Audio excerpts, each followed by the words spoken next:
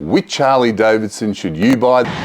Far out, I'm blown away. Dorky, average, cool. Now the big question is, would I buy one of these? And the answer is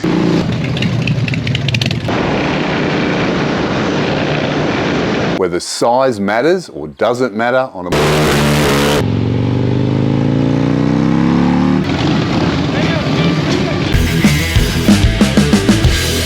Which Harley Davidson should you buy? There are three broad types: beginner, intermediate, advanced. No. Dorky, average, cool. No. Small, medium, large. Let's see. Hi, my name's Eamon. Welcome to the channel. Before we start, I want to thank all the people who have subscribed and helped to make the channel a success. Thank you very much. Let's talk broadly about which Harley Davidson you should buy. Keep watching till the end of the video where I'm going to discuss whether size matters or doesn't matter on a more personal topic. I can't keep a straight face for some of these videos.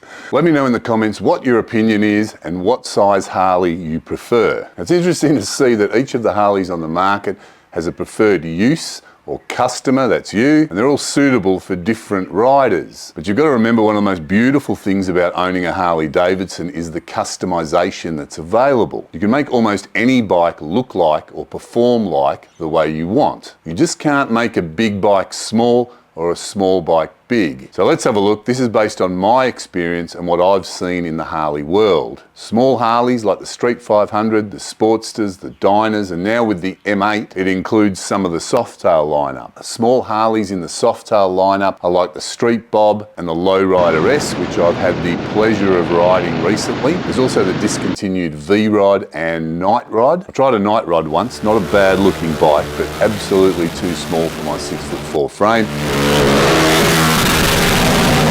But of course, some of the other small bikes seem to have a lot more room. I recently jumped on the Lowrider S. That was absolutely sensational and plenty of room for me. A beginner's bike would be the Street 500. Here in Australia, that's legal on your learner's permit when you're learning to ride. I personally wouldn't get one for any other reason, maybe if you can't afford anything else, because I find that it's very underpowered, and even if you're a beginner, you're going to want to buy something more substantial pretty quick. So it might end up being a waste of money. Now, these small Harleys suit people of smaller stature and people who haven't got the confidence to ride a heavy bike. But they're also great for people who want to throw their bike around corners and the twisties, because these bikes are really light and nimble. Some of these bikes, like the Lowrider S, have a great lean angle compared to the other Harleys. The Lowrider S, from memory, has a lean angle of about 31 degrees. Put in the comments if I'm wrong. At my height, I had no problem at all riding this bike. It was actually a great bike to ride.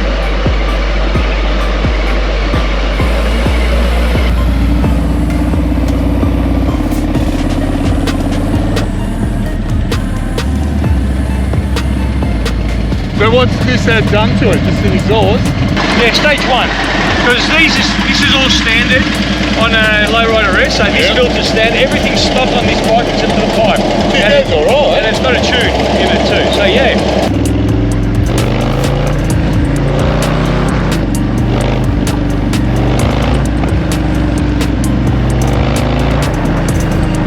Wow, I love this. It's so much fun. Yeah.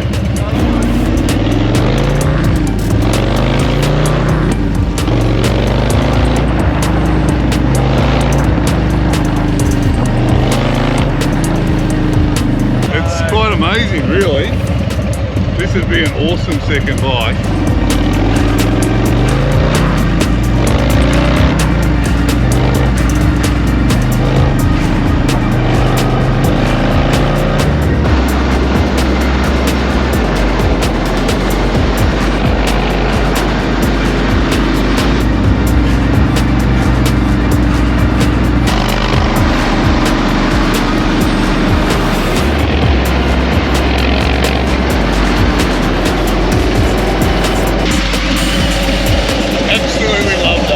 I've got to say, I'm absolutely blown away with this bike. It's a huge surprise. I thought it was going to be a lot slower. I thought it was going to be too small for me at 6'4", but let me tell you,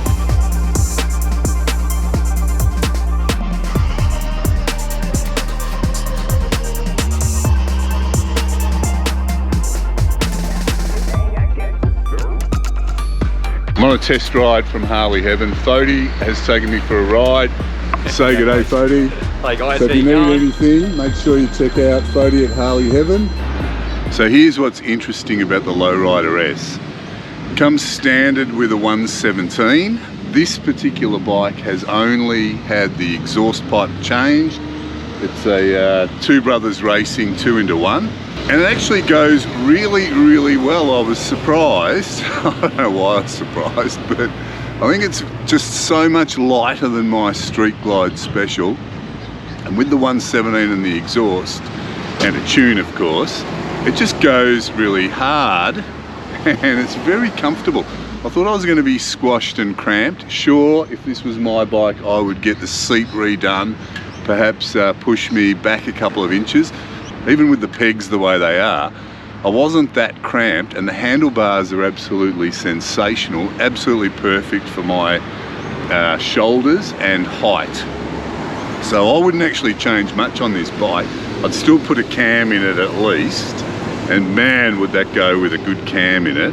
This handles really well, you can get a lot of leverage on it. It's so light and nimble. Highly recommend it. I'd buy one immediately actually. Medium-sized Harleys like the Fat Boy, the Heritage, the Softail Standard, they've been around forever. And these are usually the bikes that people have put a lot of effort in to make them look great. People put an enormous amount of work into modifying them. And I believe here in Australia, the Breakout is actually the top seller. You see them everywhere, and a lot of them have great mods. Now these bikes suit almost anyone. I've had plenty of fat boys. I've spent decades on them and I'm tall. I've also seen short riders and lightweight women on them too. Now they're still heavy bikes, so you need to have the confidence to be able to handle and ride them. You don't want to be intimidated by them. They can look tough. Sometimes they're just extravagant. They can be made to look pretty like the Viclas.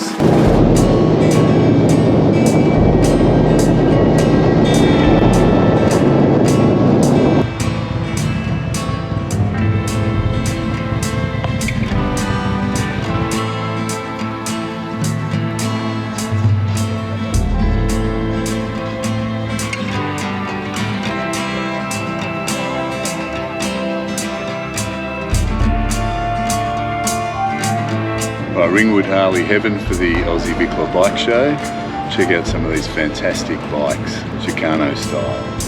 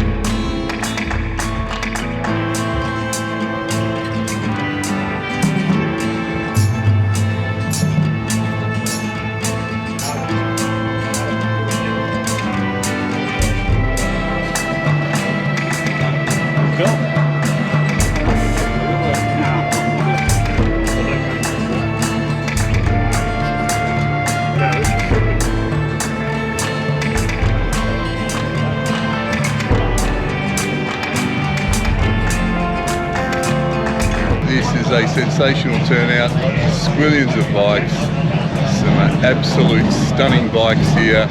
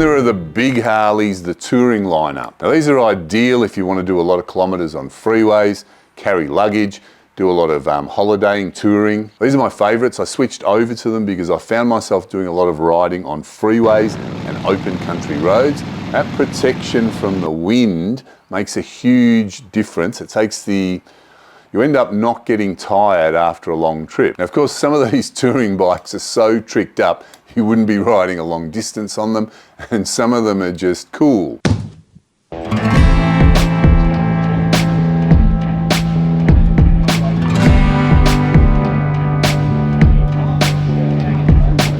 Personally, I don't do enough touring on my bike. I've got some commitments that stop me doing this. I had fat boys for decades and never gave the touring bikes a glance. I used to think they were for old dudes and I ignored them. Then two things happened. I was on a ride one day and the leader was going seriously hard. We were going up some twisties up a mountain. I was right on his clacker. That's Australian slang for right behind him, putting it politely. No one else was keeping up except one other guy who was right behind me, and he was on a big Ultra. When we stopped, he explained that the lean angle on his bike was much better than mine. I think fat boys are about 26 degrees, whereas Ultras are about 31, 32 degrees. Ben's sitting in my car, peak hour traffic, bumper to bumper. I noticed a very cool looking older dude riding a very slick looking bike. It was denim black with a lot of chrome, and he had the same Velociraptor, I think it was called, air cleaner that I had on my fat boy. I'd see him often. He was always splitting traffic like a demon. It took a while and a fair few visits to the dealer to figure out what sort of a bike he was on. It was a street glide. I just turned into an old dude and I got one soon after. I like the big touring bikes. I've ridden them all. They're all good. And of course, like any other bike, they've all got their pluses and minuses. One of the best things I like about the touring lineup is when you're riding hard over a long period of time, the wind hitting you makes you very tired. It used to happen all the time on a fat boy. The fairing on the street glide, I still get a lot of air coming, probably turbulence coming under or over the fairing, but it really does take the edge off the wind, and I find that I can ride very hard for much, much longer periods of time. That's what I love about them. So if I'm doing just like a 1 or 2 hour trip, you're not getting tired at all.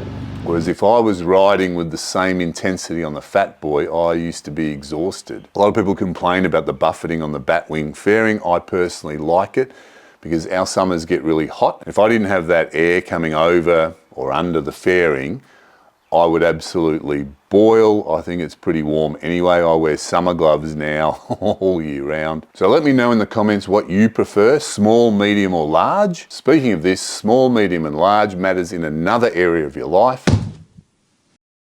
That's meal size. If you want to stay slim or retain muscle as you age, this is seriously important. Eat too much, you get fat. Eat too little, you lose muscle. And of course, if you lose muscle, that means later on, you can't eat as much. So it becomes a slippery downward slope. Personally, I can eat like a horse, perhaps 3 horses. And the way I've stayed slim and retained my muscle as I've got older is by controlling meal size. So size does matter, keep it small. If you want to do this, just use one of the millions of online apps that are available. There's a lot of good free ones. You just work out how many calories you need, you plug in your daily food, and it'll show you whether you're eating too much or too little, and you'll very quickly work out what portion sizes are correct for you. When I started doing that, I did it religiously for a year, and then once every year for 3 months. And then after a while, you sort of get to know how much food your body requires, depending on whether you want to gain or lose weight. Highly recommended. Now, there are also 3 types of Harley Davidson people, not small, medium and large. Check them out in this video that I'll link here somewhere. If you like today's video, please like and subscribe. It helps the channel enormously. Thank you very much for watching, and I'll see you on the next video.